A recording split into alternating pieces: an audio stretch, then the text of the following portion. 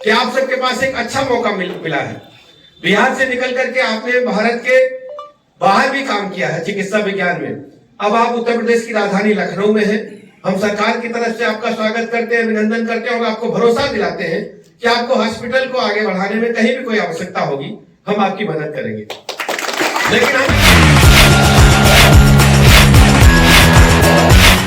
आप देख रहे हैं नेशनल वॉच, खबरों का खजाना। नमस्कार दोस्तों, राजधानी लखनऊ के गोमती नगर में विधायक आवास के ठीक सामने अमेरिका से लौटे डॉक्टर रोमेन झा के all well health care centre का उद्घाटन डिप्टी सीएम ब्रजेश पाठक ने किया।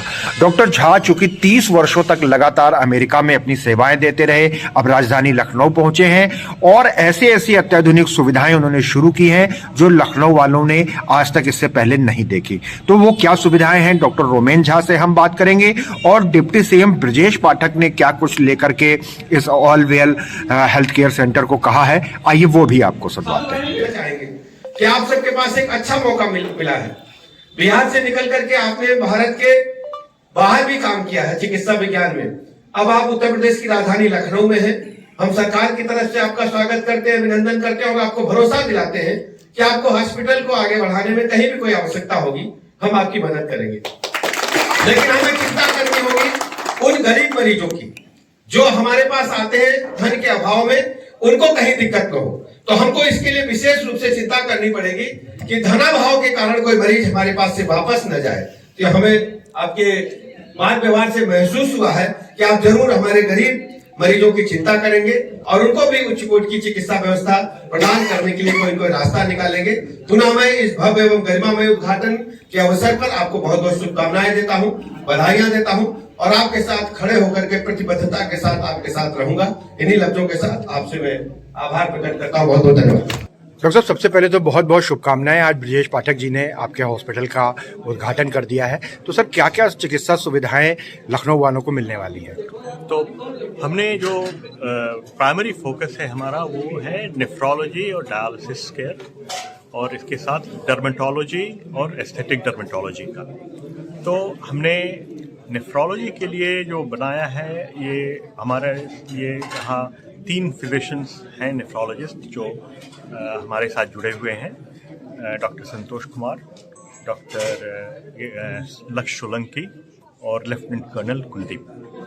ये सभी एक्सपर्ट हैं नेफ्रोलॉजी में और डायलिसिस केयर में और इनके साथ आ रहे हैं हमारे on board trend dialysis technician. तो सब मिला करके अगर इनकी एक्सपर्टीज़ को देखा जाए तो कम से कम ये अपने साथ 20 से 25 साल का डायलिसिस केयर और किडनी केयर की एक्सपर्टीज़ लेके आ रहे हैं। हमने जो सेंटर बनाया है, हमारा फोकस जो है इसमें है आउट पेशेंट डायलिसिस।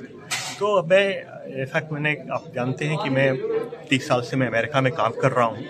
तो हमारे वहाँ जो है जो क्रॉनिक डायलिसिस है, जो एस्टैब्लिश्ड पेशेंट हैं जिनको सोमवार मंगल जो हर हफ्ते में 2 दिन या हफ्ते में 3 दिन डायलिसिस की ज़रूरत है, वो आउट पेशेंट सेटिंग में जाते हैं, डे केयर टाइप। वहाँ गए, डायलिसिस कराया और घर चले गए। अभी हमारे यहाँ इंडिया में जैसे मेरे पिता किडनी पेशेंट थे, इसलिए मैं फर्स्ट हैंड एक्सपीरियंस भी है, इसलिए फोकस मैंने इस पे किया। तो आपको यहाँ पे अस्पताल के अंदर जाना होता है, तो उसमें जो है वो थोड़ी बाधाएं आती हैं। उसमें यह है कि एक तो पहले तो पेशेंट के दिमाग में और दिल में लगता है यार मुझे हफ्ते में 3 दिन अस्पताल जाना पड़ता है। वो ये जो है अंदर में मैं अपने आप को मरीज महसूस करते हैं। तो हमारा ये है कॉन्सेप्ट कि आप अस्पताल नहीं आ रहे हैं, आप एक डे केयर सेंटर आ रहे हैं। आप अपनी गाड़ी से उतरिए, अंदर आइए, हमारी रिसेप्शनिस्ट है, आपका पहले से ही हमने आपका टाइम बना हुआ है, आपका स्लॉट बना हुआ है, आपकी मशीन तैयार है, आइए ट्रीटमेंट कराइए और आप घर चले जाइए बिल्कुल आराम से। हमने ये भी कोशिश की है क्योंकि एक डेंसली पॉपुलेटेड एरिया है कि आसपास के लोग आराम से आ सकें, ड्राइविंग डिस्टेंस में हो।